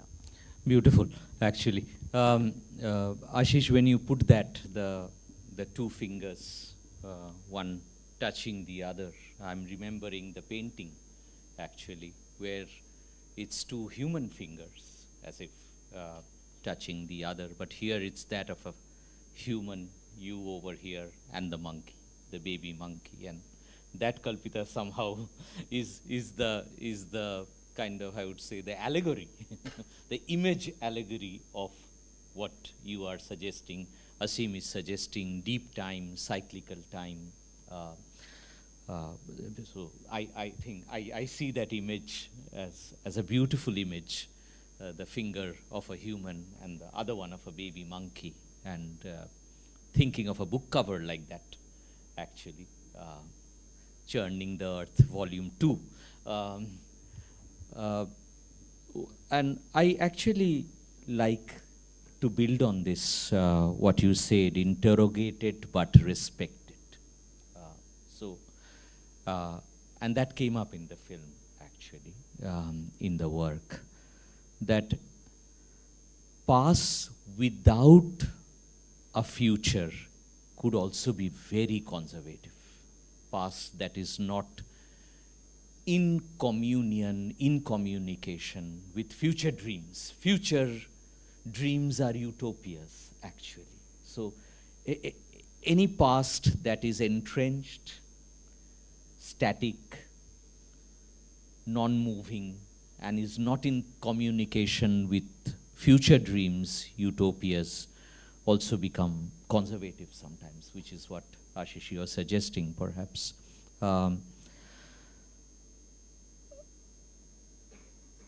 Another direction the film perhaps opens up for us, and this is how I was looking at it. We have been trained into a framework that the rural space will get slowly annihilated into the waste bin of history, and what we will have is only urban. The film somewhere opens up a line for me. What if the rural is the future? Interrogated but respected future, and not merely or necessarily the past. Would you want a quick reflection on that? Whoever wants to go first. Yeah, Kalpita, go first. So here I think little bit critical engagement with the question of development itself is required. So when we see development, we really see development. Means development is eye-washing, I would say. because all our measure of development is by seeing 6-lane road, high-rise building, or so on and so forth, basically. So it's very oculocentric. And I would say that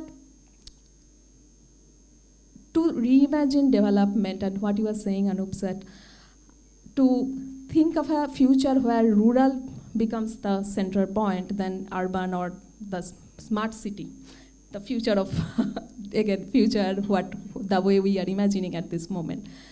I would say that for us, also it is required to see that what is human being is. Human being is not only a visual animal. We have 6 senses. Where we are using those 6 senses? In this developmental process, to measure development, are we using our 6 senses? Something is rotting. We are smelling it. Our air is toxic. Our lakes are toxic. Everywhere if you go, you smell a garbage heap. But we don't recognize it. We don't see that, okay, something is rotting. So we are not giving any emphasis on other senses. We are not hearing the cry of marginalized population who is day in and day out kind of suffering for clean water, clean air. So where is our 6 senses? If human beings, to be human, we need to use our 6 senses. And I think, are we aware of the, I'm just putting it in this way that soundscape, from urban to rural, if you move, the soundscape changes. One of the main reasons for tourism, perhaps, at this moment, we want to escape this urban atmosphere, right? And what we are expecting when we are going for any other places, any offbeat places, different soundscape, different smells, different kind of fragrances, different kind of visualization. But what happens when we kind of try to imagine development is all visual. So I perhaps think that rural-urban binary is obviously one way of saying it, but I think also imagining or foregrounding our different senses are very much important in this regard to kind of grasp what development could be, rather than what development has been given to us. Yeah. In fact, in the film only, when he said ki there is too much noise here, and then I thought the honey and the shawl, when she said ki daughters take up the shawl, that very proprioceptive, tactile process, in the film repeatedly it was coming, the work with honey, the work with the shawl, etc. So very important point. Ashish. So Anup, I think it's not an either or. To me, ideally, there's a continuum, or should be, where neither is exploiting the other. Right now, cities are exploiting, urban spaces are exploiting rural spaces, and because of that, rural spaces don't have the thriving life that they ought to have or deserve to have, and so people are migrating in mass numbers. But we have enough examples of where, because the village has been revitalized, people have actually moved back. You know, in Kutch, we met 20, 30 young people who have actually come back from industries or even from the Gulf to work in villages with handloom weaving, because there is a thriving economy and culture around handloom weaving. So one can think of this as a continuum where we're also learning from each other. I mean, there are values in urban spaces which are sort of the excitement in urban spaces. Some people might want that. There's also excitement in rural spaces. Some might want that, and then you have a continuum. The problem is right now it's a very unequal relationship. It's a very one-sided relationship, and we have all of our attention in cities, and cities also cannot cope. But so I really don't think there's a either or. I think we can have both. But we're already seeing in so much of the so-called developed world, which I don't call developed, I say the destroyed and destroying world, like the United States or Europe, people are actually moving out. They're going to villages. It's happening here also, except here what's happening is that rich people are moving into villages and then taking up land, and the people in the villages are moving into cities.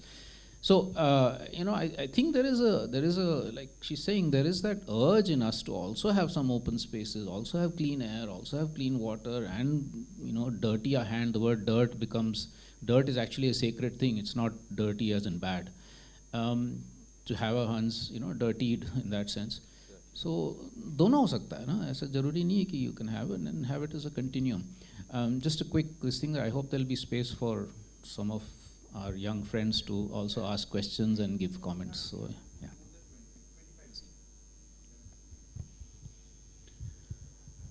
I would actually like to take up the question from another angle. I think Ashish and Kalpana and Anup have already talked about many of the relevant things. You look at any government of India since Pandit Jawaharlal Nehru, last 80 years, 3 generations, and ask yourself, what is the dream of any finance minister during this period? And actually, in the last 2 generations or so, the finance ministers have publicly articulated their dream in a very simple way. They've said, like P. Chidambaram, when he was finance minister, said, I'd like to see 85 to 90% of India living in cities. And the same has been followed by Arun Jaitley and other finance ministers after that. Now, let's assume that their dream is met and we succeed. And I'm going to argue with you that this success of development will be the worst failure. You won't have an India left. Let's just think it through. Let's just go through the steps of thinking it through. So if 85 to 90% of India is living in cities, it means that your agriculture is now being handled by machinery, because you've raised a whole generation and more which is not interested in doing manual agriculture. They are incapable of doing it. They don't have the manual skills to do it, right? This has never happened, by the way, in our entire history since the birth of agriculture thousands of years ago, okay? That's point number 1. Point number 2, if you've mechanized your agriculture, it means you're sowing, tending, harvesting, threshing, everything is being done by machinery. Now, till date, most of your machinery is run by fossil fuels. Believe it or not, for all the talk of sustainability in the last 37 years since the term was born, globally, 80% of energy use at that time in 1987 was non-renewable. Today it is 82%, just so we keep track of the facts. There is no improvement, there is a worsening in the share of renewable energy in the overall energy mix globally as well as nationally. So you will be firing your agriculture with a lot of coal and a lot of oil in a time when you've well crossed peak oil and probably crossed peak coal. In other words, those energy reserves are declining and you are trying to run your agriculture that way.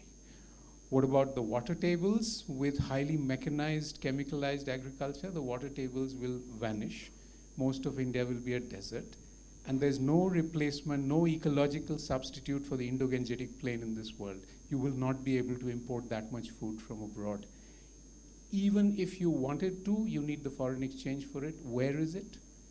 2 years out of these 77 India has had since independence, India has had a trade surplus. The other 75 years, India has had a trade deficit. Most of the time, we are living on borrowed foreign exchange when it comes to imports. Where are you going to feed your population of 1.7 billion from? How? I want to know that.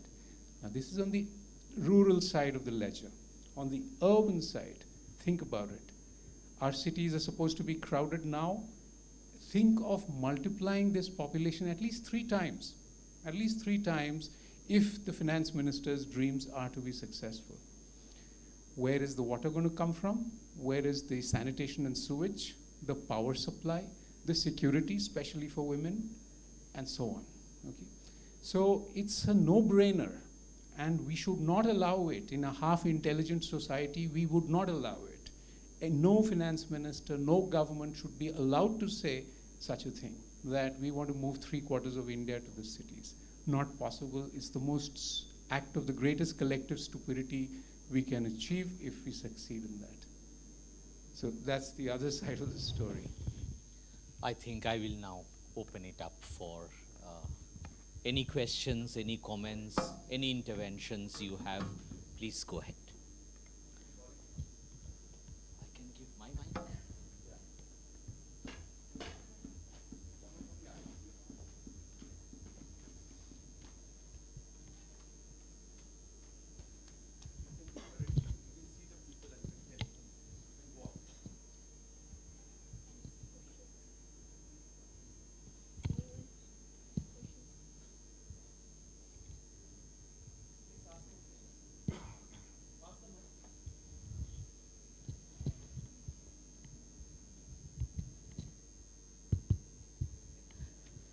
Good evening, professors and the esteemed panelists.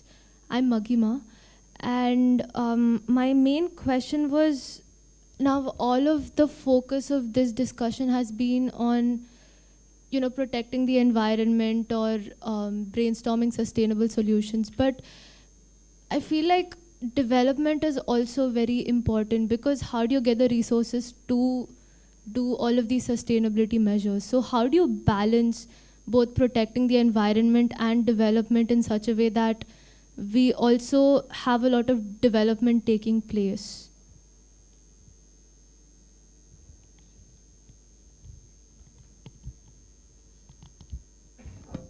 Thanks, good question. So maybe I can respond in two ways here. One is, right now the model is that we create economic growth in any which way, and that the revenues that are generated from that is put into development, right? I mean, broadly, I'm making it simplistic, but that's broadly the approach that's there. What all of these initiatives are saying it, can we first focus on our own basic needs, see how we can meet those basic needs, okay, whether it's food or it's energy or housing or education, health, etc., right? And once, as that happens, economic growth might also happen, but it may also not, but our needs are being met, right? So what it does is it flips the argument. It says approach the issue of not development, but well-being. What do you and I want? We want to be satisfied, happy, we want enough good, tasty food. Like we said in the movie, we want clean drinking water, but we also want a good livelihood or a job, and we want to have friends and so on, right? Now, do we need necessarily economic growth indirectly, which can then contribute to that? Or can we do this more directly through the kinds of initiatives that this film has shown, right? Now, this is not therefore necessarily saying that nobody needs money. In the current system, money is needed, okay? But let me give you another example, which is not in the film, I think. In Gadchiroli, where one of the examples is from, when people got back their collective rights to forests, which the British colonial government had taken back, and then the Indian government continued that whole colonial system of centralizing forest control and what happens with it. When these communities, through the Forest Rights Act, which is a law that came in 2006, got back their collective control over those forests, they were able to tell the contractors who were making money from their forests that, sorry, stay away, now these are our forests. They were able to tell the forest department, which was selling off the forest to the contractor, say, no, sorry, stay away, this is now our forest. They are now sustainably harvesting bamboo or tendu or other kinds of cane, etc. But being very sure that they protect the forest and also leave aside some area for wildlife while doing that, which the contractors were not doing. Through that, and this is a figure for which there's evidence, villages have earned something like 1 crore rupees over 3 years. But, and this is very important, this money goes into a village fund. It doesn't go to, people who are working on this, of course, get their own honorarium or salary or whatever, but otherwise most of the money goes into a village fund. The village collectively decides what to do with that, set up a school which they can run themselves, set up a little clinic which they can run themselves, in which both the local health traditions and something from outside come in. make sure everybody has employment. So, collectively decide how the entire village can actually benefit from that money rather than some people becoming rich, which is what happens with economic growth. If you look at today's economic growth, 60, 70, 80% of the revenue generation is going to a few industrialists or a few politicians, right? So here they're saying, no, everybody must be getting an equitable kind of share of whatever we're generating. I think in the film also, at some point I've said that they're sustaining the earth, but they're also producing some surplus that they can put into the market insofar as they need money for any of these purposes, right? So that is the well-being that we're talking about, which is a very different model than the mainstream economic growth-based development. And I think in economics, and Aseem has said this very well because he was studying it, that's why he calls himself a failed economist. I think that's what you call yourself. This is never taught because the currently dominant system wants us to believe that the only way development can happen or the only way people will be able to meet their needs is first do all this economic growth and then put it into whatever. Much of which doesn't come anyway. I think it was Rajiv Gandhi or somebody who said famously once long back that for every 10 rupees, 100 rupees that is put into rural development, only 1 rupee actually gets to the village in a way that it benefits it. So, so basically we're trying to flip the whole thing and saying basic needs first, directly by and with the communities that need it, could be in villages or in cities.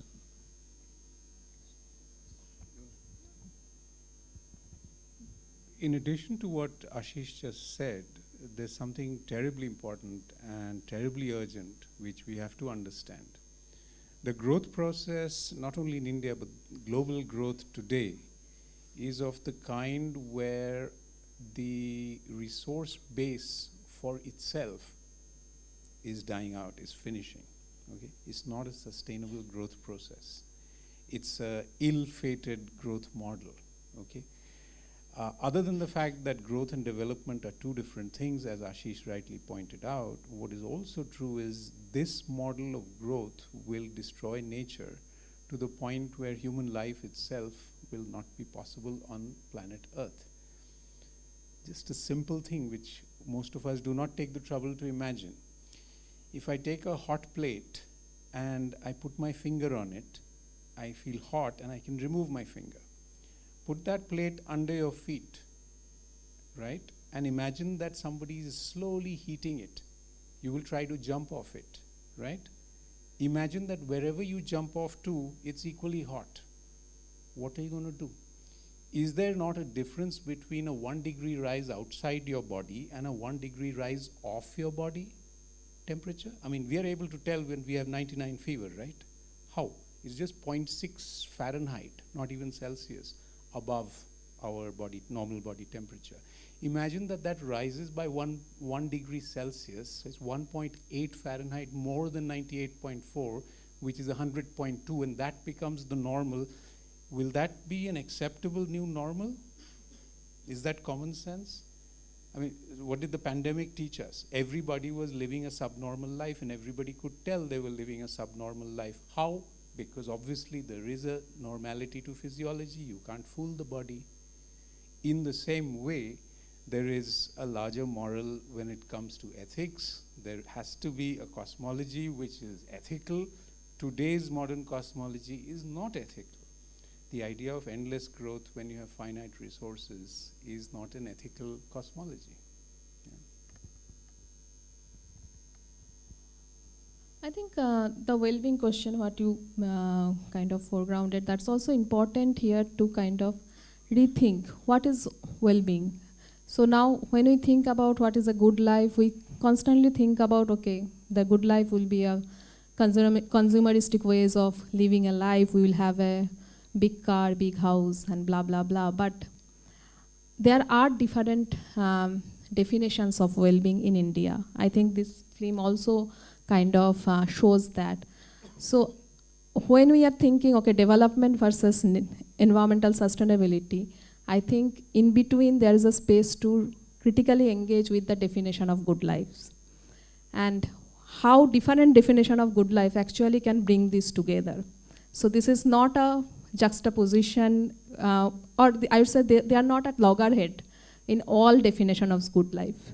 So if we remain kind of aware of different definition of good life, and if we have capacity to choose which one we would like to live, then perhaps there will be a way of dreaming towards that, to fulfill that dream. Yeah. No, yes. I just want to ask a quick question to everybody here. What's the most important thing in life without which you can't live for more than 2 minutes? Oxygen, okay. Where does most of our oxygen come from? Speak loud. No. Underwater, okay. What water? Which aquatic? Growing where? Okay. So about 70% of our oxygen comes from algae, marine algae, okay, growing in the seas. Now, with climate change and with all the toxins that we're actually throwing into the oceans and the plastics and everything in the name of development, there is already beginning to be an impact on that. What happens if they're no longer producing 70% of the Earth's oxygen? We're all dead. What's the point of that development? Right? Well-being, on the other hand, would say no. What nature is giving us has to be protected, because without that, we're all dead. Just 2 days back, I read this very, very sad news. The last living white rhino subspecies in Africa, there was only one animal left and he died. We have made an entire, and that subspecies, by the way, lived for 45 million years. It survived the Ice Age, it survived everything, but it couldn't survive human beings. Not human beings, it couldn't survive colonialism in Africa. That's where all the big hunting came in. I mean, I don't know, what's the point of that kind of a development, right? So we have to really fundamentally rethink this, which means fundamentally rethinking a lot of the subjects that we also learn in our universities. Anybody else? Please go.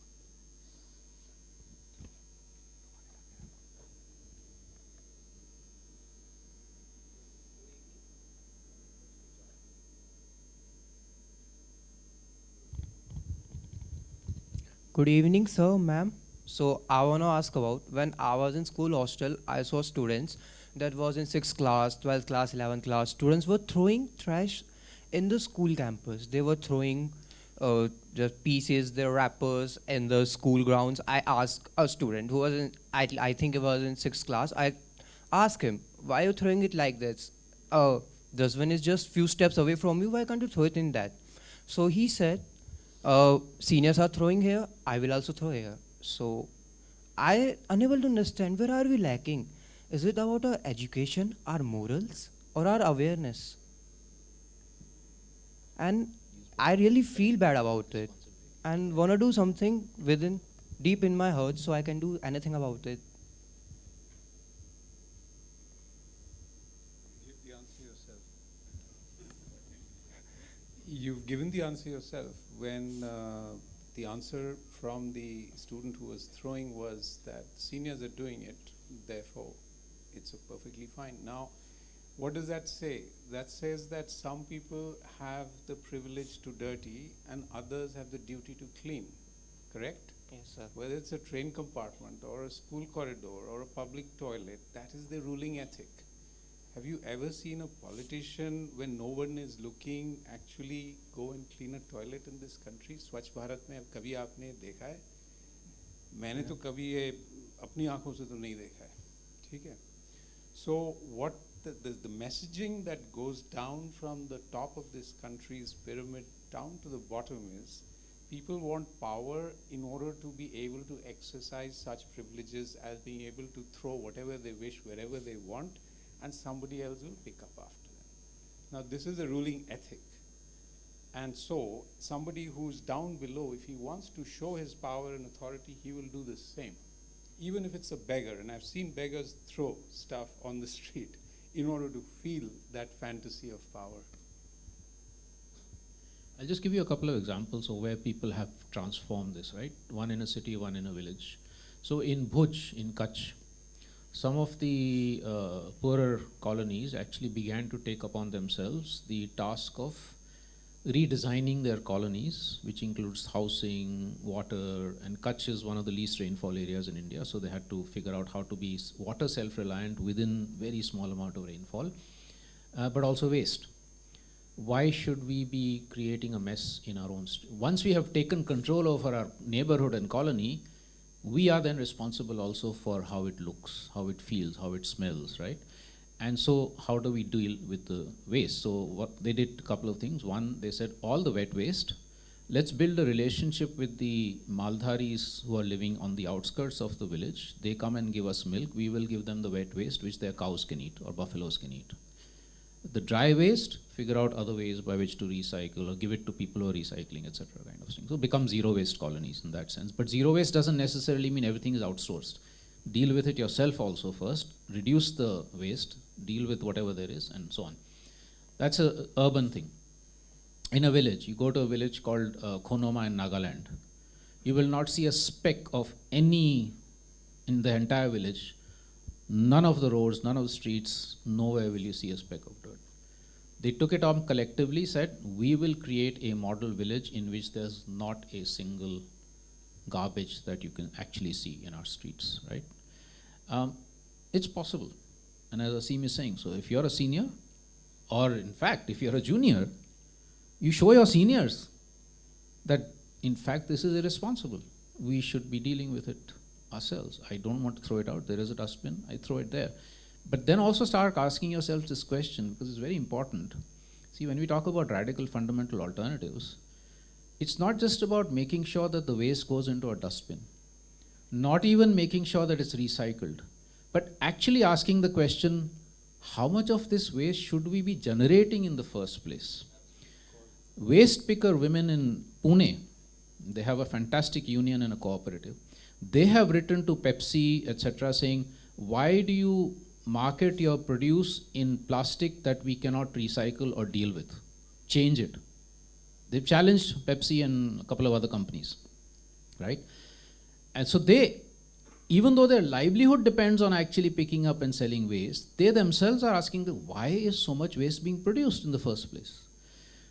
Aseem and I, the book that I wrote, Churning the Earth, we've actually looked at, people say, okay, population increase has caused all this problem, right? So we looked at it and we found that from 1991 to 2012, population has risen whatever number of times.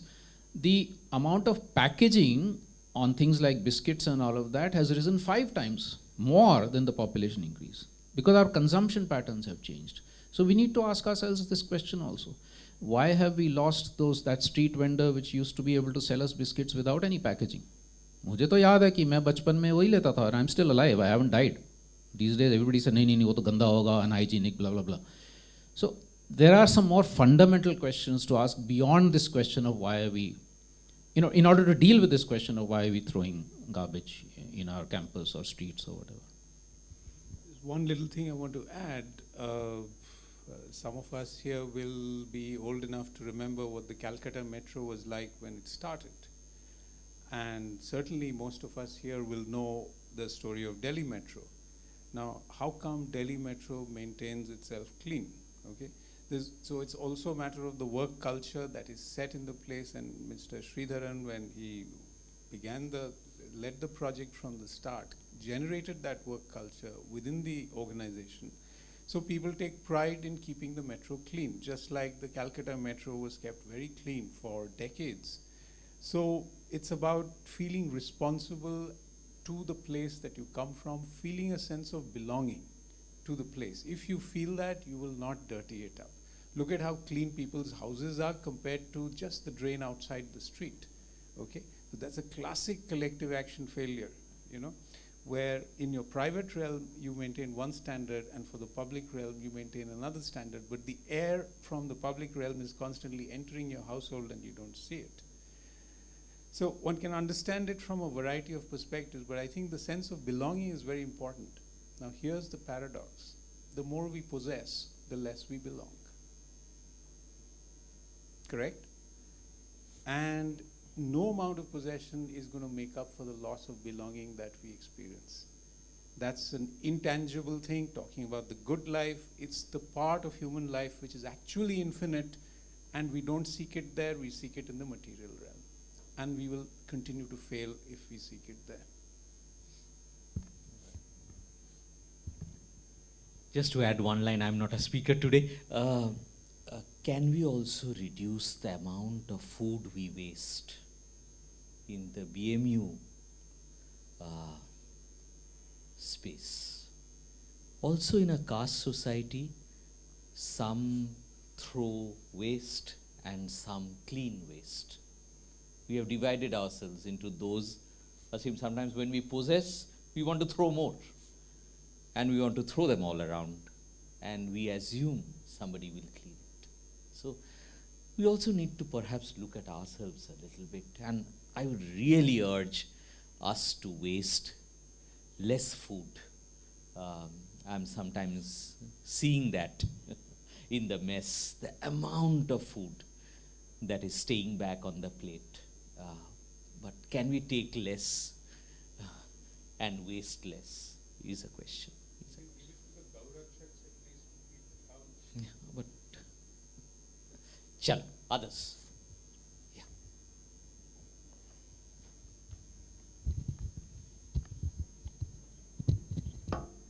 I have another question. Actually, I'm a law student, so like even during the last semester, we've read a few judgments concerning environmental law, and we came across cases where judges had laid down certain principles, like say the precautionary principle, polluter pays principle, principle for intergenerational equity, and so on.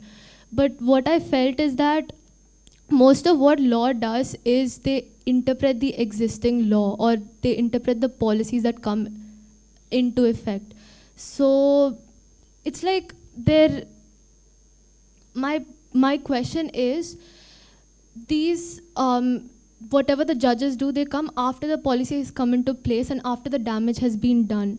So when some existing policies come into place and they lead to sweeping changes, firstly, how do you deal with that? And also, how do you deal with changes in the grassroots levels? Like, how do you bring about that much awareness in people? Because people with power, they want to go ahead in their developmental path, earning as much profits as possible. And most people are also blindsided to how they are being affected by the government. So even the changes that you're implementing at the grassroots level, isn't it very slow? So how do you deal with all of this?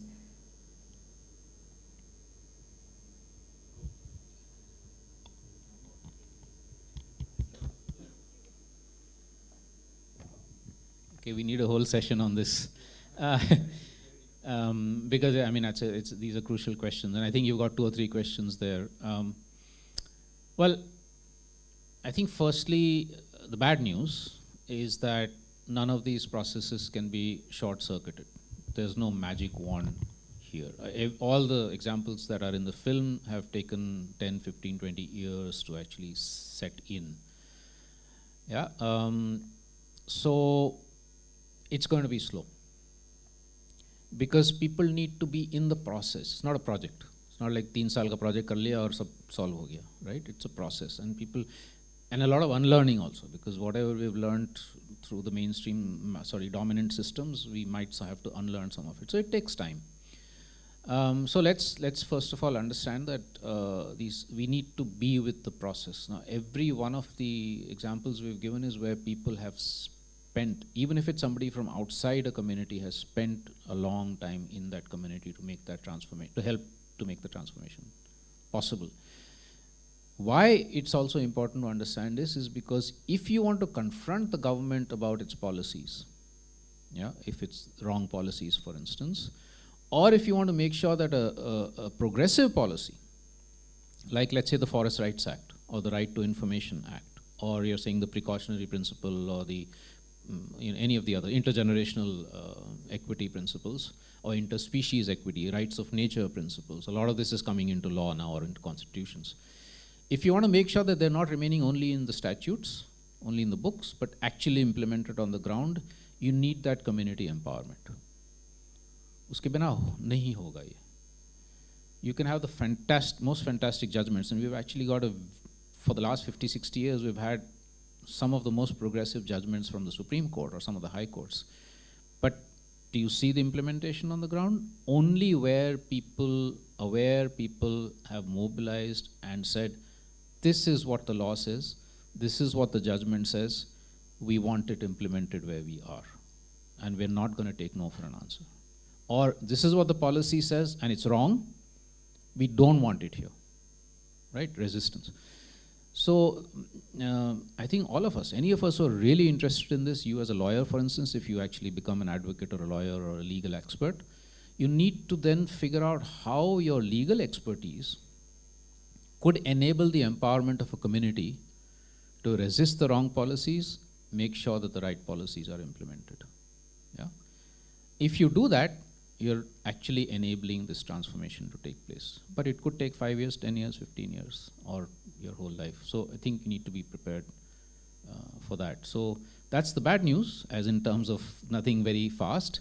The good news is that it could be faster than would otherwise be the case because we already have so many examples to learn from. You're not starting from scratch. Whether it's organic farming, or it's gender empowerment, or it's sustaining languages, or anything that you're interested in, or making sure good policy are implemented, there's already a lot of experience on the ground which you can learn from, which is why for us films like this are very important, because they're actually telling us that you can fight the system and transform lives in a way that people are much better off and nature is much better off. So you learn from those and you can then do your own transformations much faster. I think we'll have to end. Any last words from Kalpita or Aseem?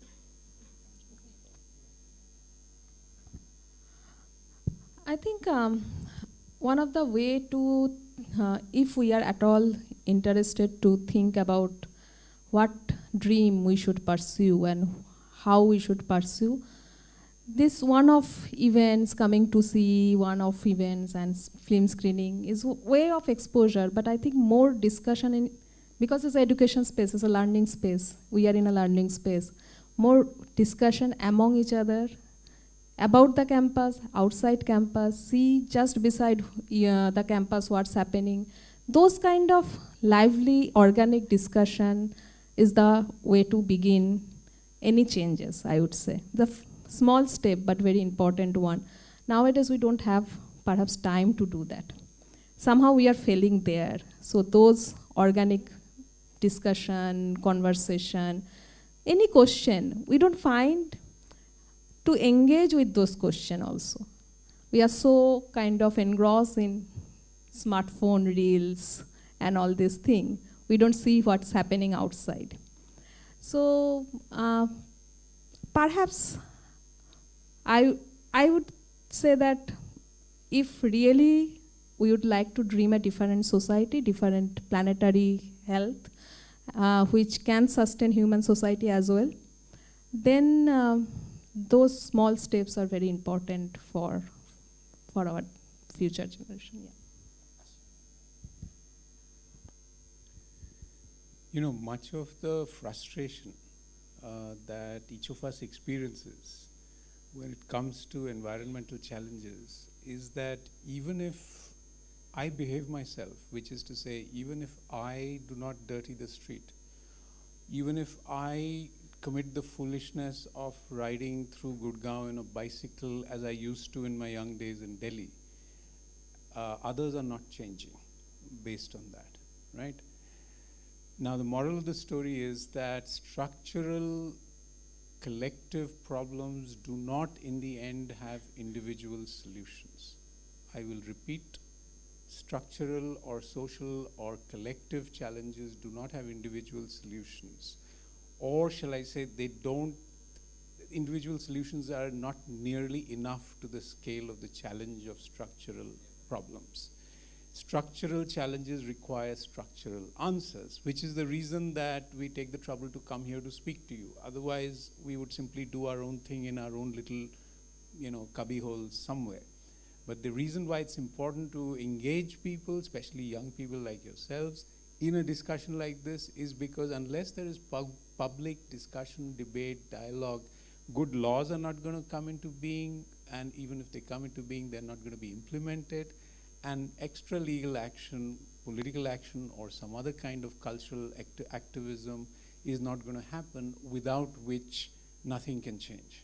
Okay? So to mobilize collective energy, you need discussion, dialogue, spaces like this where you can give exposure to the kinds of issues that we need to be concerned about. I cannot thank you enough. Just sort of quickly add one thing. So one is, of course, I wanted also reactions on the film, but maybe separately you can send us, because we and the filmmakers want those reactions so that the next film that's made is better. But the other, quickly just to add, is that I think nobody in whatever age is too little to make transformations happen. We learned that when we were in high school. We managed to save 7,000 hectares of forest in Delhi by just protesting and having our voice out there. Everybody here, including all of you, whatever age you are capable of that transformation. But in that process, let's also enjoy ourselves. Let's have fun. Let's do music, let's do art, let's do dance. I don't dance, but I'm sure many of you do. And that's how true revolutions, I think, will be created. So please never think of yourself as being too small, too alone to make those transformations happen.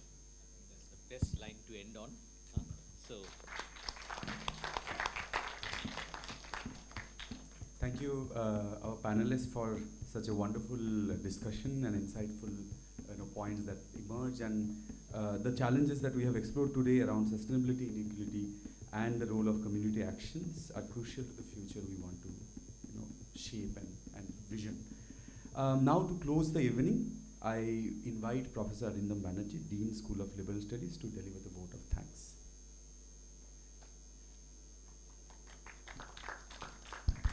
First, I'd like to begin with thanking our panelists, Ashish Kothari, Aseem Srivastava, Kalpita Paul, and Anup, for nicely taking us through the journey of what I would think, starting off a discussion which of course started with the film, I would say, and not only delved on some of the fundamental philosophical questions around sustainability, nature, development, but also brought us to the point of action, transformation, practice. All of the transformation that one is dreaming to see essentially can't happen without collective action, practice, and I think that's a very enriching discussion around that we have witnessed today. So thanks to all the panelists again. Thanks to all the school deans for encouraging the faculty and students for attending this session, participating in this session, and also to our Vice Chancellor for his constant encouragement to start and sustain difficult conversations and kind of also nurture the culture of conversations within the university and beyond.